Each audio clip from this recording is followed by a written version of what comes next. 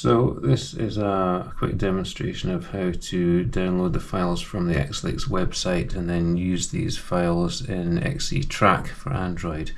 So there's two types of files, and if I go into the website xlakes.uk, go into the menu under Info, there's Important Files, click on that, and there's a list of files here. Now there's two types of files. There's either an Airspace file or there's waypoint files, and the waypoint files are at the bottom in different formats. Now the waypoint files are only good if you're going to import them into XCTrack and then create a task where you go from one sequential point to another.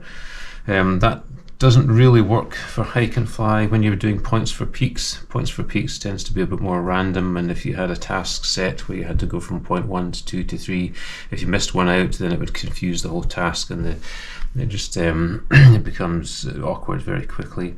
But the better way to do it is actually to use an Airspace file, which is this one here, Wainwright Airspaces. It's just a text file. I'm going to tap and hold. I'm going to say download link, and that just downloads the file into my downloads folder. Now what you need to do now is get that file into the folder structure for XCTrack, and this is where things get a bit difficult, because in the new version of Android you need to use an app which gives you access to a hidden file manager on Android. So there's an app called Files, which is this one here, and all it is a shortcut to the hidden file manager. So if I open Files, it means I can access all of the folder structure of the Android system. Now what I'm looking for is download, and there we go. Wainwright Airspaces.txt is the one that I've just downloaded from the website, but I need to move this now into the XCTrack structure, folder structure. So if I tap and hold that, and then I'm going to go up to here, the three dots menu, and say move to, and then I'm going to go back into this item here, which gives me actually access to XCTrack straight away. So I can go into here, and under the XCTrack install folder, you've got Airspaces bootstrapped, numerous folders, but Airspaces is what we're interested in. I'm going to tap on move, and there we go. So if I go into that where I just moved it to, Airspaces, I've got Wainwright Airspaces.txt, that's the one I just downloaded there. So XCTrack will pick up on these files. If I come out of that and go into XCTrack, it then gives me, if I pull down the menu and I go into Preferences, Airspaces and Files, there we go, Wainwright Airspaces. There's 214 Wainwrights.